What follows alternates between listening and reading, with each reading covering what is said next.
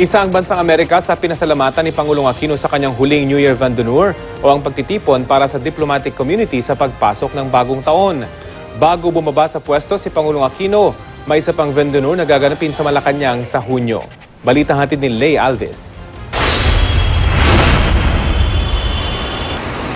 Pinagtibay ng Korte Suprema ang legalidad ng Enhanced Defense Cooperation Agreement o EDCA. Kaya sa huling New Year Vendonneur o pagtitipon para sa diplomatic community sa pagpasok ng bagong taon, isa si US Ambassador Philip Goldberg sa pinasalamatan ni Pangulong Noynoy Aquino. Malaki raw kasi ang naging papel nito sa pagpapalakas ng defense cooperation ng Pilipinas at Amerika. Ambassador Philip Goldberg of America has played a vital role in the consistently close ties between the USA and the Philippines, especially in forging a strengthened bilateral defense cooperation.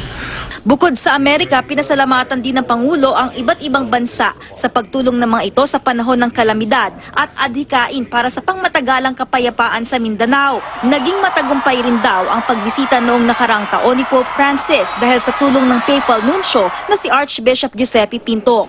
Ipinagpasalamat din ng Pangulo ang pakikipagtulungan ng ibang bansa sa kalakalan at kampanya kontra terorismo. May sinabi rin ng Pangulo kaugnay sa darating na eleksyon 2016. I have every confidence in my countrymen, and I know that they will not let our efforts go to waste. Come May, the Filipino people will choose my successor, displaying the same commitment to positive transformation that they have shown over the past 5.5 years. The straight path will open farther and wider well into the horizon of our nation's future. Si Pinto ang nagbigay ng tugon sa Pangulo bilang Dean of the Diplomatic Corps. Our commitment is to ensure that no one is left behind.